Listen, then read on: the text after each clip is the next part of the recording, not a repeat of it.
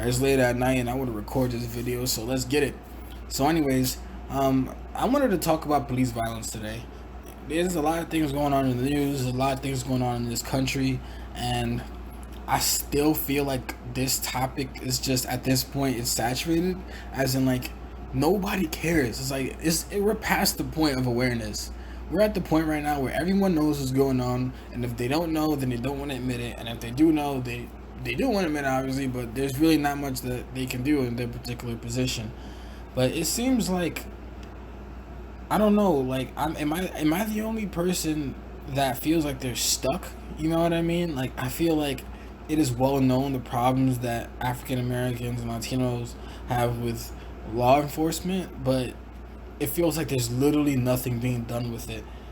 That trial recently with whatever her name was, the lady who shot the guy in his home, and she got 10 years with a possible only 5 years of the parole. Like, that shit took the wind out of me. Like, before the trial was even over, I had already clocked out and I was like, this is some bullshit. She's probably not gonna get that much time if she does. But then when she got prosecuted, I was like, oh, But then part of me was kind of just like, you know what? I feel like that's not gonna go anywhere. And then when the sentencing was done and we found out what she was doing and how much time she was getting, especially knowing that she's not going to Gem Pop, it just made my blood boil. You know, but the thing is that initially it didn't. Like, I wasn't even angry. I was sad. I was defeated.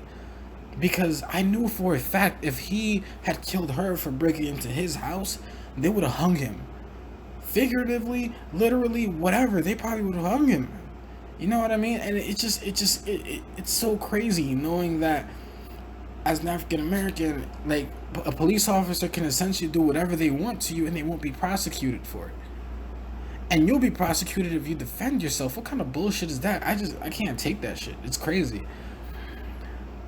It's just seeing things like that is like I can just imagine how, like, people felt in like the 60s and 70s and 50s and all that, knowing that for a fact that this is happening and society just doesn't care. And it's like it went from society not caring about what happens to African Americans to pretending like it wasn't happening to African Americans for a lot of, our history, which is like, I imagine from like the 90s to or 80s to like very, very recently, just ignoring it. And now that everyone is once again aware of it, they're going right back to just not caring, and it feels like there's nothing we can do. You know what I mean? If an officer walks into my house right now and I blew his brains out, I just fucking killed him right there, I'm going to jail. If I'm lucky, I'm going to jail if I'm lucky. I'm probably getting killed on the spot when his backup arrives.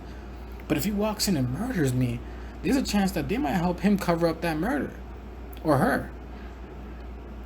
Yo, it's infuriating. And the thing that made it even worse, it wasn't even, I don't know what I'm talking about. It wasn't even the fact that she got sentenced. It wasn't even her sentencing that was the worst part. The worst part was seeing them hug her. That was probably the worst part, because I feel like throughout our history, it's like, whatever, as much shit as white people do to us, and as fucked up of a situation that white people put us in, the parts that hurt the most is seeing other black people either pretend like what these white people are doing isn't fucked up, or they just defend them. They defend them. They want to forgive and forget. When that shit happened, the video of him hugging her, the video of the brother hugging her, and even the fucking judge hugging this woman went viral, and forgiveness was trending on Twitter, and I felt like the collective anger of African Americans in this country just went over the top. Like I felt it. It was generational. It was crazy, because I could not believe my eyes. I don't even know how that's legal. Like, how do you have a judge is supposed to be prosecuting this person, and you're hugging them? If he had killed that officer, instead of the officer killing him, you would have hugged him too? I don't think so. Man. And you see this shit down south. I'm not going to say that it just happens down south, because I've seen plenty of racism up here in New York. But the shit that I see down south is just a whole different situation, man. It's crazy.